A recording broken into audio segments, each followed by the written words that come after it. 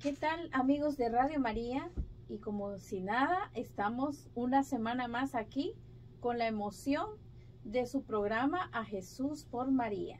Estamos transmitiendo desde los estudios de Manassas, Virginia, en el área de Washington, D.C. Estamos nuevamente muy emocionados porque ahora traemos nuevos temas y todos en referencia a nuestra querida Madre Santísima.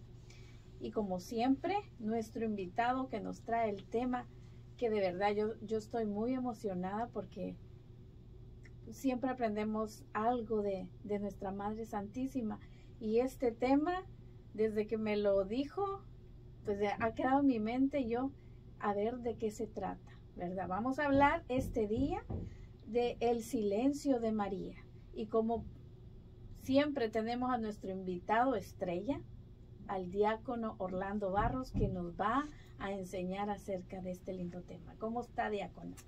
Bien, gracias a Dios.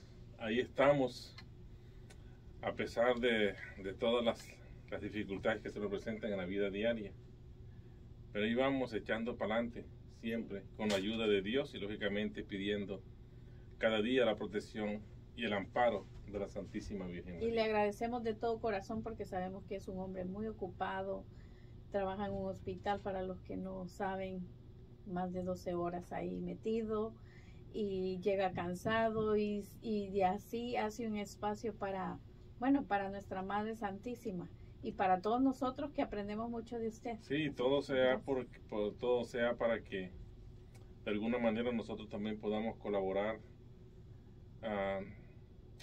con el pueblo santo de Dios en la evangelización y cualquier cosa que nosotros aportemos, por pequeña que sea, y que sirva para la salvación de las almas, bienvenida sea.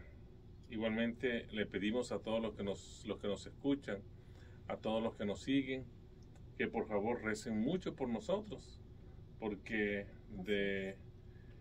al igual que ustedes, nosotros también necesitamos oración, y oración constante, para que podamos siempre seguir adelante. Y sobre todo por el proyecto de Radio María, en general en el mundo, que como hemos hablado anteriormente en otros espacios, se necesita tanto, ahora más que nunca, creo yo, de que ahora con la tecnología, con todas esas redes sociales, que a veces lejos de informarnos nos desinforman. Exactamente. ¿Verdad? Entonces, sí. Qué bueno que tenemos espacios como de estos, sí, de evangelización.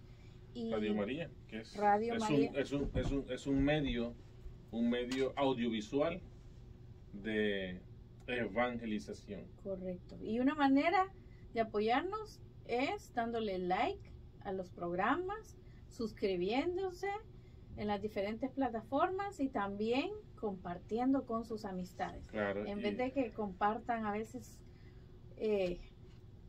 chistecitos, sí, ¿verdad? Es mejor evangelizar, que Dios nos manda a todos, sí, a esa misión. No, y apoyar a Radio María, ¿no? En todos. Necesitamos también el apoyo de los voluntarios para que Radio María, pues, con su colaboración siempre esté trabajando en pro de la salvación de las almas, y si está dentro de sus capacidades también apoyarnos económicamente, pues esas donaciones también las necesitamos. Y recordemos que este es un espacio que no tiene patrocinadores, que nosotros estamos aquí por la providencia de Dios y de María, pero también de la generosidad de la gente que nos sigue, que nos escucha. Sí. Así es que vamos a incentivar a la gente, porque da tristeza, diácono, que a veces medios como estos tengan problemas económicos, o a veces para seguir adelante. Claro. Cuando a veces malgastamos el dinero en otras cosas que no es de bendición para nosotros. Y que no son necesarias. En muchas ocasiones. ¿Verdad? Así es que... Sí, señora, desafortunadamente así es. Entonces, mire, vamos a comenzar con El silencio de María. Este libro voy a mostrarlo para que los que nos ven puedan mirar la portada. El autor de este libro es un sacerdote muy conocido, que es el padre Ignacio Larrañaga. El padre Ignacio Larrañaga es un sacerdote español, o fue un sacerdote español, capuchino, que nació en Azpeitía, España, el 4 de mayo de 1928. En 1940, o sea, cuando tenía 12 años, ingresó al seminario de los capuchinos y fue ordenado en 1952, o sea, 12 años después, cuando tenía 24 años, en Pamplona. Estuvo en España hasta 1959, cuando se radicó en Chile. Y en Chile realmente él comenzó su apostolado como predicador, como escritor y como organizador de conferencias, cursos y retiros. El padre Larrañaga es considerado el escritor católico más importante del último siglo. Escribió apenas 16 obras, pero estas han sido traducidas a más de 10 idiomas. Sus 16 obras. Y murió en Guadalajara, México, el 28 de octubre del 2013. Oh, recién. Sí, o sea que tiene escasamente, va a cumplir 10 años. 10 años de haber fallecido. Haciendo un poco la introducción del libro, yo tomé unas frases que están escritas por el padre Larrañaga y que a mí me llamaron la atención y que quiero compartir con ustedes. Perdón. La importancia o por qué nosotros decidimos hablar del silencio de María. Muy bueno. Primero porque es un libro muy conocido, es un libro que muchas personas han leído. Incluso en la Legión de María se recomendó y muchas personas lo compraron. Y me han hecho algunos comentarios de que si podríamos explicárselos un poco, porque a veces es difícil de entender. Es difícil de entender, entonces eso es lo que nosotros vamos a hacer el día de hoy. Y en unos próximos programas también vamos a tratar de explicar el libro. Dice el padre Ignacio Larrañaga que María no es soberana, sino servidora. No es meta, sino camino. No es semidiosa, sino la pobre de Dios, la esclava del Señor. No es todopoderosa, sino intercesora. Es por encima de todo la madre que sigue dando a luz a Jesucristo en nosotros. La Theotokos es, pues, la madre de Jesucristo, la madre de la iglesia y madre nuestra. Recuerden que aquí hablamos cuando estábamos en los programas de la preparación para la verdadera consagración a la Santísima Virgen María por San Luis María. Ajá. Hablábamos de la Theotokos y decimos que por allá se había encontrado en unas cuevas en Egipto unas figuras y unas esculturas y unas pinturas que hablaban de las Theotokos. La identificamos como la Theotokos, que es la paridora de Dios, la que da a Dios a luz, o la que da a luz a Dios.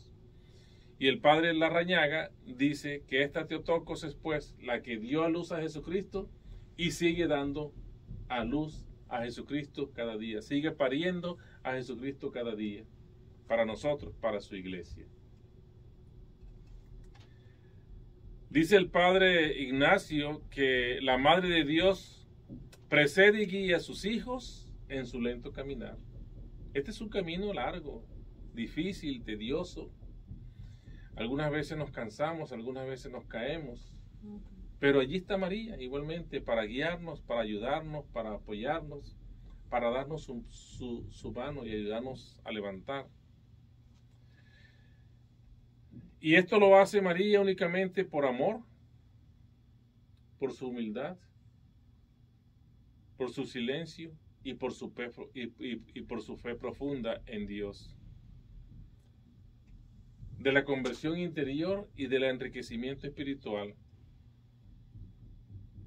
La madre no es la maestra, perdón, la madre es la maestra que nos ayuda a encarnar a su Hijo Jesucristo vivo, sufriente, pobre, humilde, paciente, misericordioso, como el que perdona y calla y defiende la verdad divina hasta con la muerte.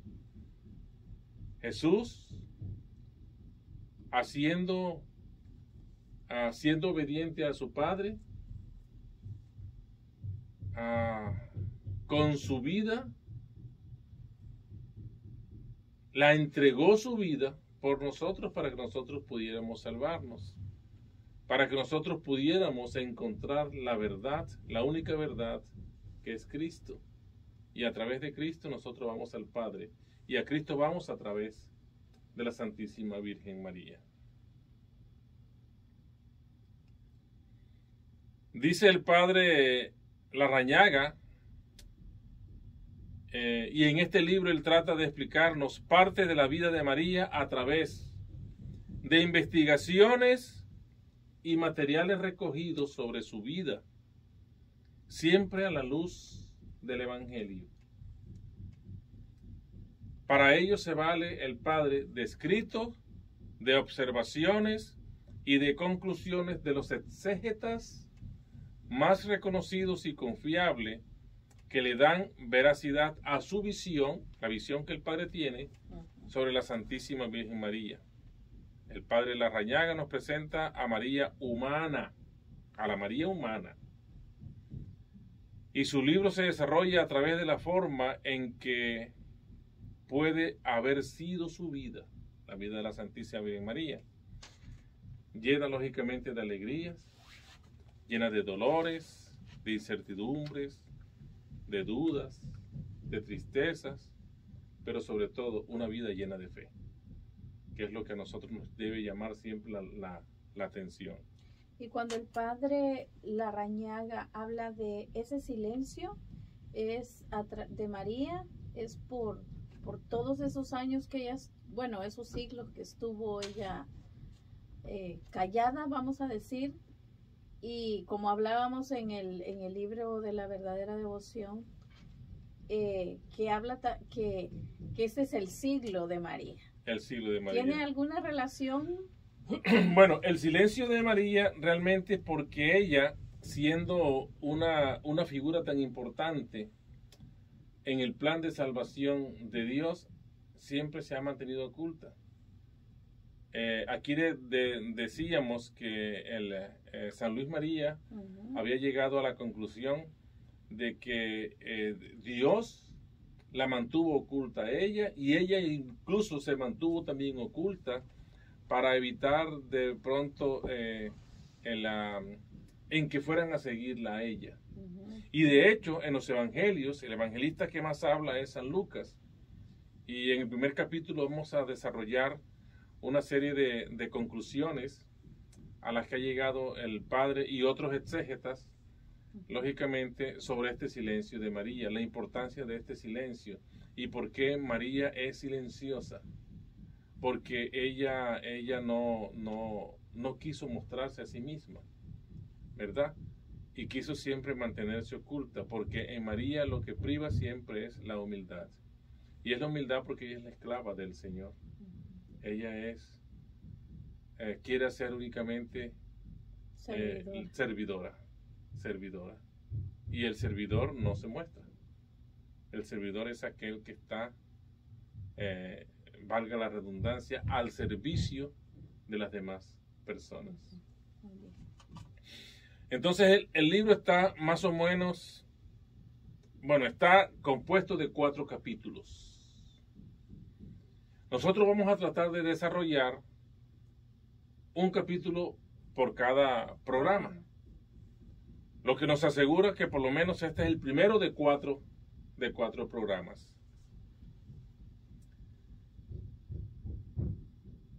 Comienza el libro con un himno bello, maravilloso, que se llama Himno Silencio, la Señora del Silencio o Señora del Silencio.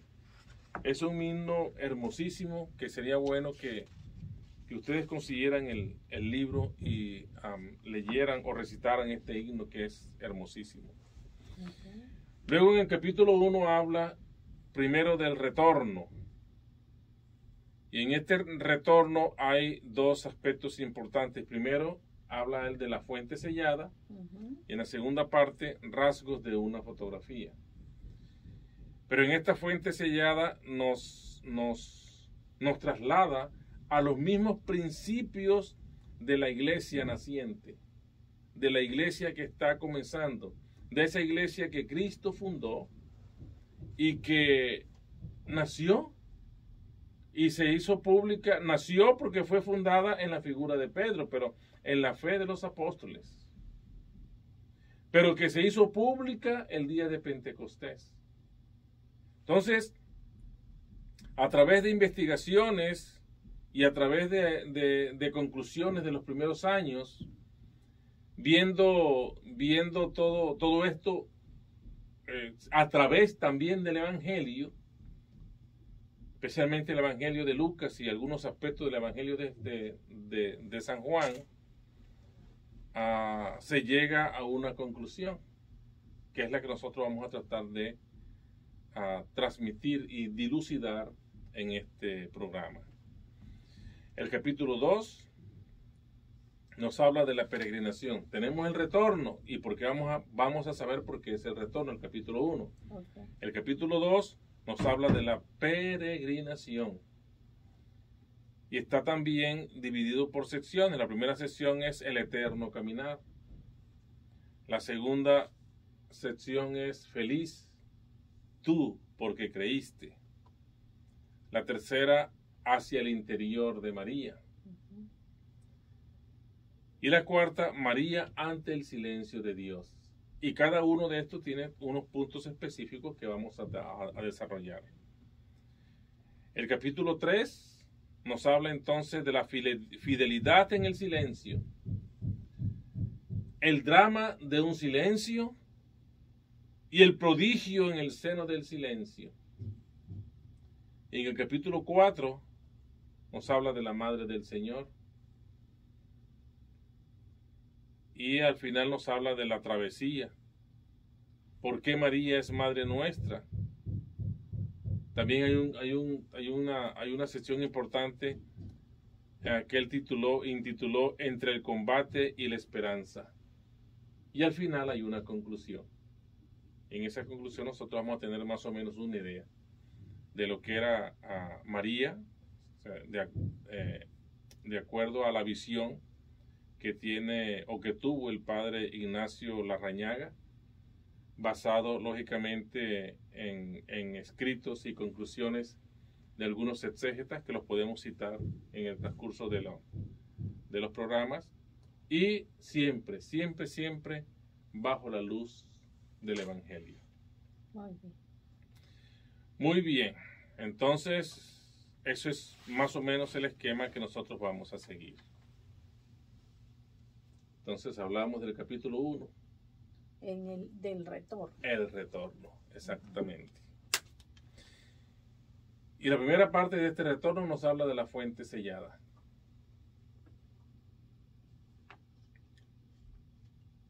El padre Larrañaga comienza este libro con dos preguntas que son importantes y es sumamente interesante y de suma importancia, lógicamente, que nosotros las tengamos en cuenta, porque en ellas basa el desarrollo y las conclusiones de este primer capítulo. La primera pregunta es: ¿quién contó la historia de la infancia de María y de la infancia de Jesús?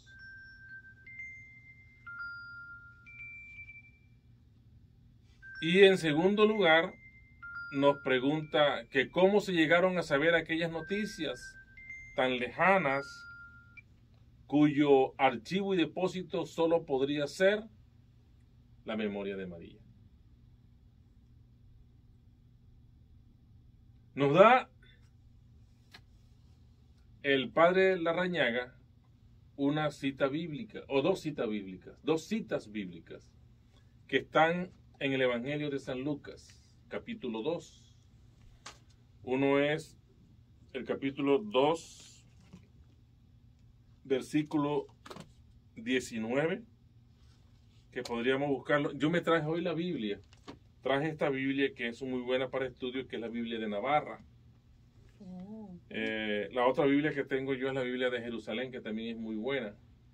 Y para que nosotros podamos entender el lenguaje más sencillo, tenemos la Biblia latinoamericana, que también es muy buena y tiene un lenguaje más sencillo y más fácil de comprender.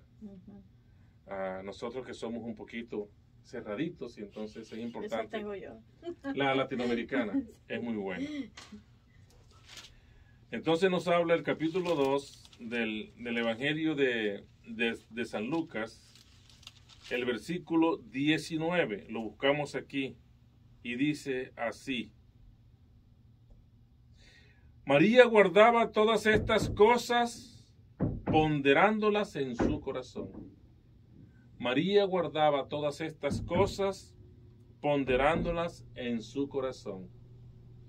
Y esta es la conclusión que llega el evangelista después que nos narra el hecho de la adoración de los pastores en el nacimiento. Cuando llegó los ángeles cantaban gloria a Dios en el cielo, y en la tierra paz a los hombres que ama el Señor. Ha nacido el Salvador. Entonces los pastorcitos fueron, y después ellos comentaban las maravillas que vieron. Pero María, todo eso que se hablaba de este niño recién nacido, lo guardaba ponderadamente, dice el autor, en su corazón. Y la segunda cita bíblica es que su madre guardaba todo esto en su corazón. Lo repite, el mismo capítulo 2, pero ya más adelante en el versículo 51. Y dice: bajó con ellos y vino a Nazaret, y les estaba sujeto. Y su madre guardaba todas estas cosas en su corazón. Y esto sucedió cuando el niño tenía 12 años, que se perdió y fue hallado en el templo en medio de los doctores de la ley. El niño regresó nuevamente con sus padres a Nazaret, y María todas estas cosas las iba guardando en su corazón. Ahora, ¿cuál es la importancia de que María guardara todo eso en su corazón? Nosotros lo hemos leído muchas veces. Nosotros a veces cuando vamos a la Sagrada Eucaristía hay una lectura mariana y nos habla de esto, ¿verdad? Sobre todo en las fiestas marianas. El próximo 25 de marzo celebramos la fiesta de la Anunciación. Cae sábado, es una fiesta grande. Y sería bueno que todos fuéramos a la Santa Misa ese día. En las fiestas marianas, en las lecturas marianas, en las lecturas de la Santa Misa, de las fiestas marianas, muchas veces nosotros hemos escuchado esto. Y María guardaba todo esto en tu corazón. Y nosotros, pero ¿cuál es la importancia de que María guardara todo eso en su corazón? La importancia de que María guardara todo eso en su corazón, porque después, en el desarrollo de su vida y en el desarrollo de la iglesia naciente, iban a tener una gran importancia, porque a pesar del silencio de María, ella va a ser y sigue siendo una gran evangelizadora. De hecho, lo hemos dicho aquí, lo repetimos hasta la saciedad, es la figura y la imagen que nosotros tenemos para imitar como vida cristiana, como una persona de vida cristiana. También el padre Larrañaga nos habla de nuestro querido médico, citando lógicamente la carta que San Pablo escribe a los Colosenses, capítulo 4. En el versículo 14, nosotros podemos ver, esta carta a los Colosenses tiene cuatro capítulos nada más, es cortitica. Pero igualmente, en el capítulo 14, ya casi al final, dice San Pablo, después que saluda y que da unas sugerencias para la oración, que los invita a que sean perseverantes en la oración a esta comunidad de los colosenses. En esa carta también dice, miren, y los saluda Lucas, el médico amado, y demás. Recordemos nosotros que Lucas no era judío, era griego, que Lucas era médico, pero que Lucas era el discípulo de San Pablo, que lo acompañaba. Dicho de alguna manera, era el médico personal de San Pablo y lo acompañaba. Aquí nosotros vamos a de pronto a descifrar y aclarar una duda que alguna vez en alguno de los programas anteriores habíamos hablado de San Lucas. Y decíamos nosotros que algunos exégetas concluían que San Lucas conoció a la Santísima Virgen María. Y la conoció muy probablemente en el primer concilio de la iglesia, que fue el concilio de Jerusalén. Pero sin embargo hay unas conclusiones de otros exégetas y del mismo padre Larrañaga, donde el padre se atreve a afirmar que fue imposible que Lucas conociera a María. Por una razón muy sencilla. Porque el Evangelio de San Lucas fue escrito más o menos en el año 70-80, y para esa época, en un país subdesarrollado, como era la tierra de Israel en esa época, Jerusalén, y además de eso, las personas no tenían mucha longevidad, por lo tanto no iban a llegar a ser tan ancianos. Acuérdense que comienza la historia se parte en dos con el nacimiento de Jesús, que es el año 1, y Jesús muere 33 años después y sube al cielo, pero María ya tenía como 15 años, lo que significa que para el año 70-80 María podría tener más o menos 85-95 años y probablemente más. Entonces es imposible que Lucas lo hubiera conocido. Es la conclusión que llega el padre Larrañaga, basado lógicamente en conclusiones de los exégetas, de algunos exégetas, sobre todo de los más reconocidos. Investigar y transmitir. Dice el padre que puesto que muchos han intentado narrar, esto es importante porque también está en el Evangelio de San Lucas, y es el capítulo 1 de San Lucas, y yo traje la Biblia porque quiero leerlo también. Y es importante que nosotros tengamos presente esto, porque, bueno, nosotros habíamos hablado del encuentro de San Lucas con la Santísima Virgen María, pero de pronto fue un error que nosotros cometimos por falta de conocimiento y por ignorancia, y lo reconocemos. No somos exégetas, lo hemos dicho aquí muchas veces, no somos expertos en Biblia, no somos exégetas, no somos grandes teólogos, ni siquiera pequeñitos teólogos. Nosotros, yo simplemente soy un diácono permanente que trato de llevar mi vida y conducir a los demás con mi ejemplo de vida hacia la salvación. De pronto lo logre, de pronto no, pero eso al final no va a depender de mí, sino de la misericordia del Señor, ¿verdad? Y es importante que lo tengamos en cuenta, porque lo que sí dijimos una vez aquí, y nos lo corrobora el padre Larrañaga, es que Lucas era estudioso. Como griego, como buen griego, era un estudioso, y como dicen en mi tierra, no masticaba y no tragaba entero. Él tenía que convencerse, tenía que estar, él tenía que investigar muy bien los hechos para poder narrarlos. Y de hecho, él lo dice aquí, dice, Evangelio de San Lucas, capítulo 1, del 1 al 4, dice, ya que muchos han intentado poner en orden la narración de las cosas que se han cumplido entre nosotros, conforme nos las transmitieron quienes desde el principio fueron testigos oculares y ministros de la palabra.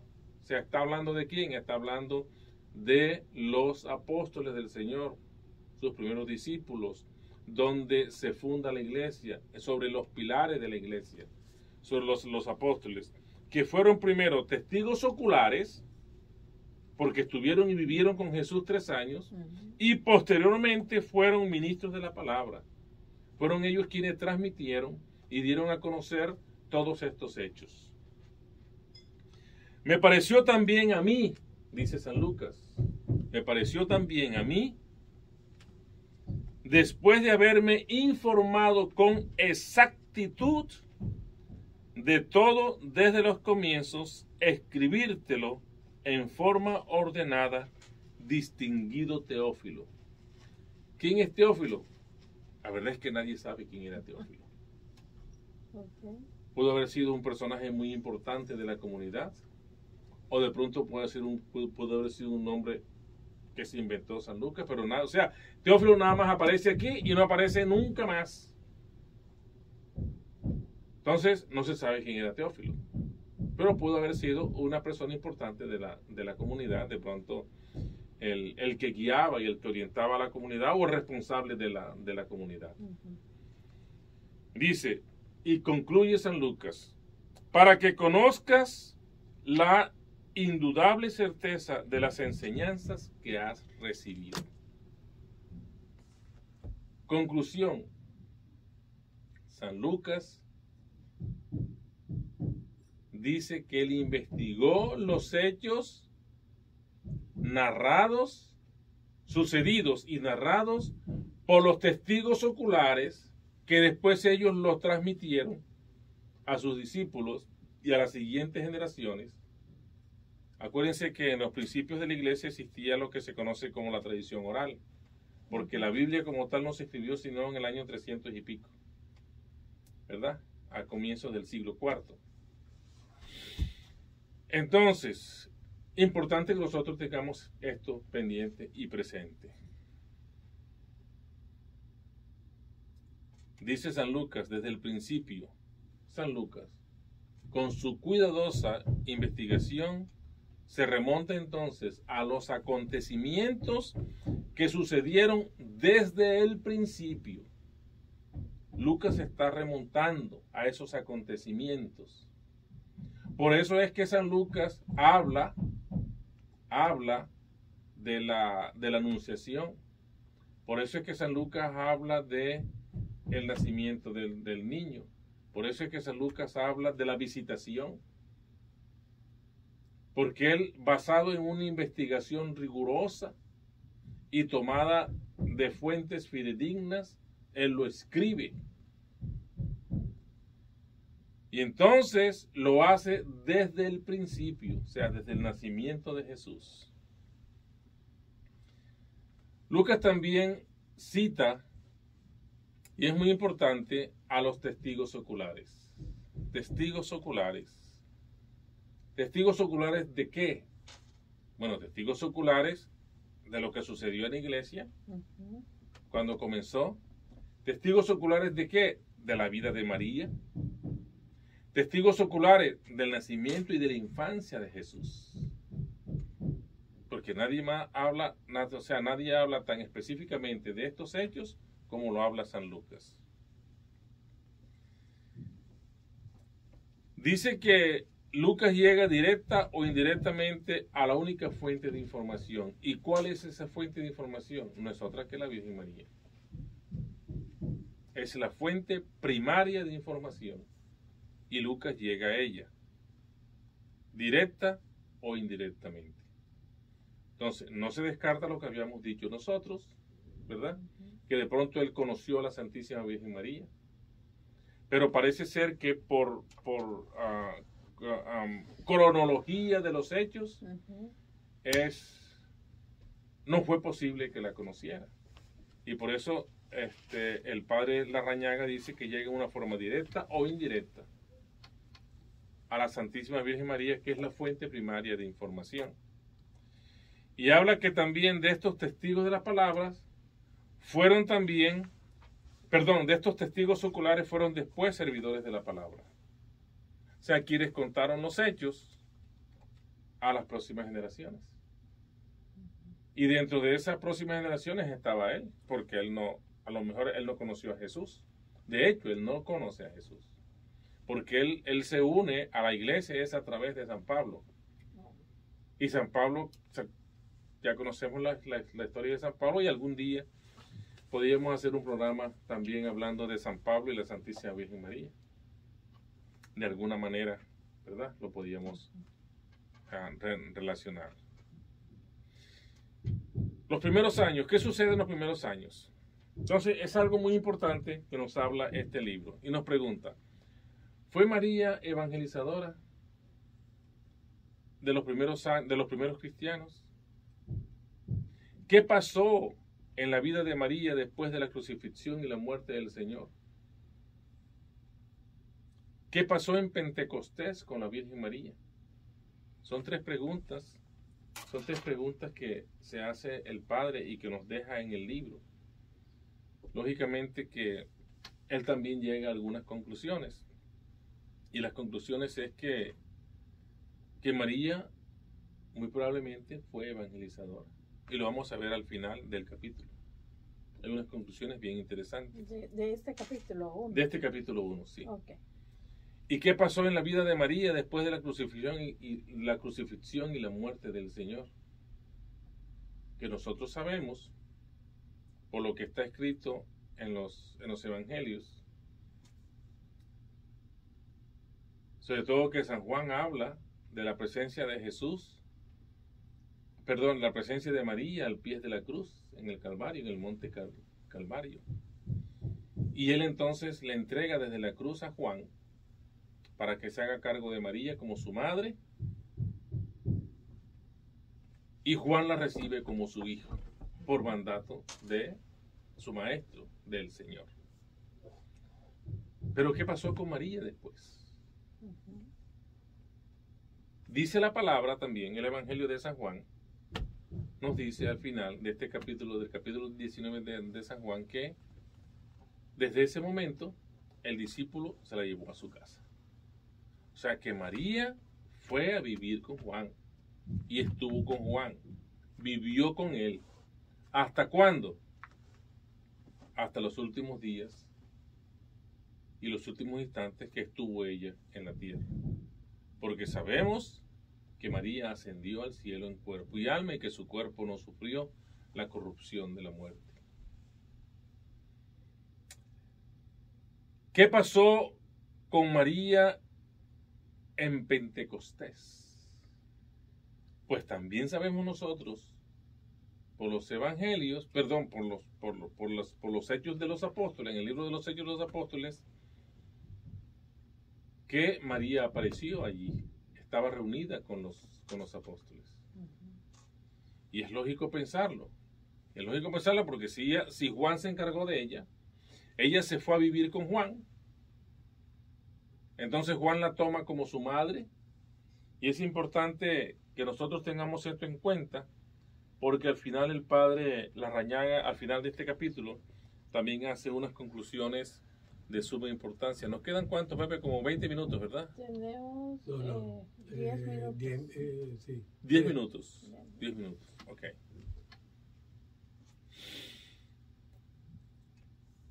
A través de la crítica interna, nos pregunta el padre Larrañaga, o se pregunta, ¿quién fue el receptor de los secretos de María? Y una pregunta sumamente importante. Dice, ¿quién fue el autor de los 2 primeros capítulos del Evangelio de San Lucas? Hay unos hechos que ya nosotros sabemos y podemos concluir que Lucas no fue testigo ocular, porque hablan del nacimiento de Jesús, hablan de la infancia de Jesús y hablan de eventos que sucedieron en la vida de María, incluso antes del nacimiento de Jesús. Entonces, ¿por qué Lucas sabe eso? Dice el padre que muy probablemente, bueno, él nos dijo que él llegó a la fuente primaria, indirecta o indirectamente, que es María, ¿verdad? Entonces ahí tenemos ya una idea. María fue quien narró estos hechos, ¿verdad? El padre cita a un exégeta varias veces que yo quise traer el nombre, que se llama Paul Gether. Y dice Paul Gether que Lucas escribió su evangelio entre los años 70 y 80, lo que habíamos dicho. Imposible recibir la información de los labios de María, porque para la fecha seguramente ya la Virgen no estaba en la tierra, lo que habíamos dicho nosotros anteriormente. Entonces, Paul Gether dice que Lucas copió el texto griego como lo había encontrado. Entonces dice, mira, Lucas llega a la fuente directa que es María, pero también lo puede hacer en una forma indirecta. Y una forma indirecta es a través de escritos. Y el idioma que prevalecía en la época de Jesús era el griego. Aunque Jesús hablaba arameo, pero los escritos se hacían en griego. Entonces probablemente después de la muerte de Jesús, alguien escribió. ¿Quién no pudo haber escrito? Pudo haber sido María o pudo haber sido otra persona, ¿verdad? Entonces dice Juan el Hijo. Entonces el padre Larrañaga también cita a San Juan y nos dice, nos hace una pregunta: ¿y si Lucas no fue el autor, por dónde llegaron sus escritos a sus manos? ¿Quién se los dio? La conclusión lógica es pensar, que si Juan vivió con María en su casa como una madre, entonces es lógico pensar que no pudo haber secretos entre María y Juan. Y que me imagino que ellos después de cenar o antes de irse a dormir, tendrían tertulias. Y entonces seguramente María le contó todos estos hechos sobre la infancia de Jesús. Entonces dice el padre Larrañaga que es muy probable que que Juan fuera el primero en recibir estas confidencias de la madre, de la Santísima Virgen María. Nos habla también de María como misionera, porque también existe la otra posibilidad de que no haya sido Juan, sino que la misma Virgen María, que de pronto ella tampoco lo escribió. Si no fueron Lucas ni Juan, entonces ¿quiénes fueron? ¿Qué aconteció? Pregunta el padre Larrañaga. Pero también se va a los evangelios y nos recuerda que Lucas nos cita la presencia de algunas mujeres. Mujeres que habían acompañado a María desde Galilea. Mujeres que estaban junto a María a los pies de la cruz. Y que estaban junto con Juan también. Y que seguramente estas mujeres siguieron acompañando a María. Y entonces María, ya siendo preparada por Jesús desde un comienzo y en su silencio, acuérdense que María no hablaba, ella comenzó como catequista, como evangelizadora, como formadora de estas mujeres. Que en primer lugar fueron las mujeres quienes recibieron entonces los relatos de la infancia de Jesús y de estos hechos importantes, y que probablemente alguien también los plasmó y los escribió para que quedaran allí, para que no se olvidaran, para que quedaran como un documento. O sea que todos estos son hipótesis de... Son hipótesis y son conclusiones a las que llega. Entonces es probable que haya sido la fuente primaria es María. Eso sí, eso no tiene duda. Claro. La fuente primaria de los hechos es María. Pero ¿de dónde lo recibió San Lucas? Pudo haber sido de San Juan, porque él sí conoció a San Juan. Incluso el Evangelio de San Juan se escribe después del Evangelio de San Lucas. Porque si el Evangelio de San Lucas se escribe entre los años 70 y 80, El Evangelio de San Juan se escribe en los años 90, ya cuando él estaba anciano. O sea, él sí conoció a San Juan. Pero también existe la posibilidad de que hayan sido las mujeres. ¿Cuáles mujeres? Pues nosotros sabemos, ¿verdad? María la de Cleofás, María la de Santiago, María Magdalena y las otras Marías, porque ese es un nombre muy común. Y era un hombre muy común en esa época. Este grupo de mujeres rodeó a María con gran confianza y cariño y sentían gran veneración por ella. No solo, dice el padre Larrañaga, no solo por ser venerable, por tratarse de la madre del Señor, sino porque ella misma se hacía reverenciar con su comportamiento lleno de humildad, de dignidad y de paz. La sola presencia de María hacía que ellos la veneraran, la amaran, la vieran a ella como la madre. Incluso al final dice, nos quedan como 2 minutos, ¿verdad? Al final dice el padre Larrañaga que quién era María para la comunidad y cómo llamaban a María. María, no, él cree que no llamaban María. Y no cree que la llamaban María porque había muchas Marías.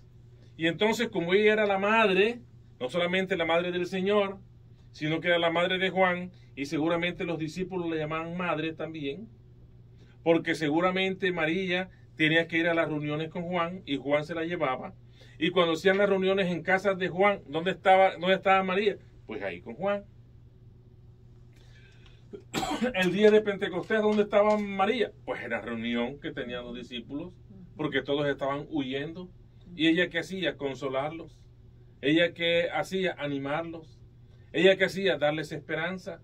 Lo mismo que hace con nosotros hoy en día. Nos consuela, nos da esperanza, nos anima. Y nos invita siempre a seguir adelante. Pues lo mismo hacía María en la iglesia naciente.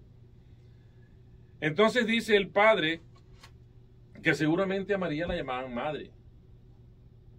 Madre, la madre, la madre, la madre, la madre. Por lo tanto, María era la madre de Jesús, la madre de la iglesia naciente, y entonces lo más seguro es que la llamaran madre. María había dado a Jesús en Belén según la carne.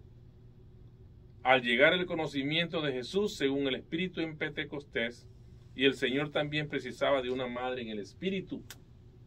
O sea que María ya sería la madre espiritual de todos, de esa iglesia naciente.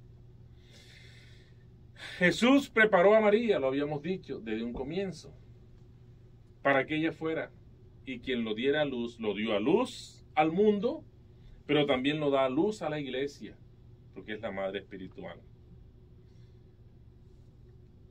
También hay la conclusión de que San Pedro y San Pablo, de que San Juan y San Pedro eran muy unidos y siempre estaban juntos. Seguramente en las reuniones y todo lo que ellos hablaban estaban juntos, pues, y María estaba con ellos. Claro.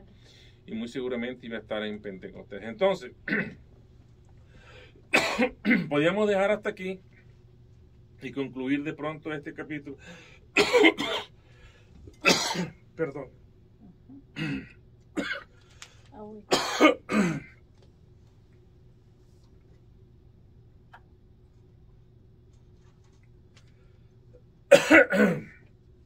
Podríamos dejar hasta aquí.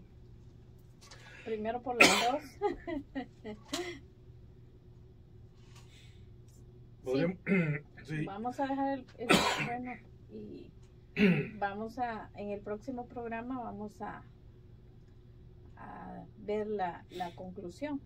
La conclusión de este primer capítulo, y comenzamos entonces y desarrollamos el segundo capítulo. Perfecto. Perdón, que tengo una alergia estacional, y en primavera y en el invierno me afecta mucho.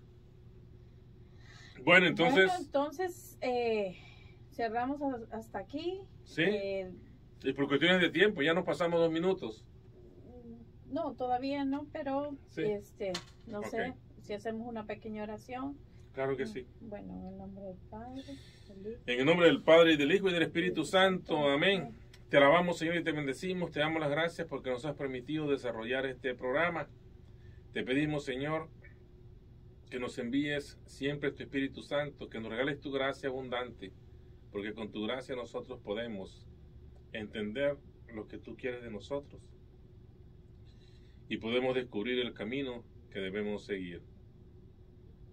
Pedimos también la intercesión de la Santísima Virgen María para que nos proteja, para que nos guíe, para que nos acompañe, para que nos aliente, para que nos consuele, como lo hacía desde la iglesia incipiente y naciente hasta nuestros días. Amén. Amén. Bendita sea tu pureza y eternamente lo sea, pues todo un Dios se recrea en tan graciosa belleza. A ti, celestial princesa, Virgen Sagrada María, yo te ofrezco en este día alma, vida y corazón. Mírame con compasión, no me dejes, Madre mía, hasta que nos pongas en paz con nuestro Señor Jesucristo y todos los santos. Amén. Amén. En el nombre del Padre, y del Hijo, y del Espíritu Santo. Amén. El Señor esté con ustedes. Y con su espíritu. Y la bendición de Dios Todopoderoso, Padre, Hijo y Espíritu Santo, descienda sobre ustedes y permanezca para siempre. Amén. Pueden ir en paz. Demos gracias a Dios. Bueno, esperamos que nos acompañen el próximo domingo, siempre a la misma hora. Y por favor, denle like al programa y por favor compártenlo porque es un tema muy, muy bonito. Bueno, hasta la próxima. Dios les bendiga.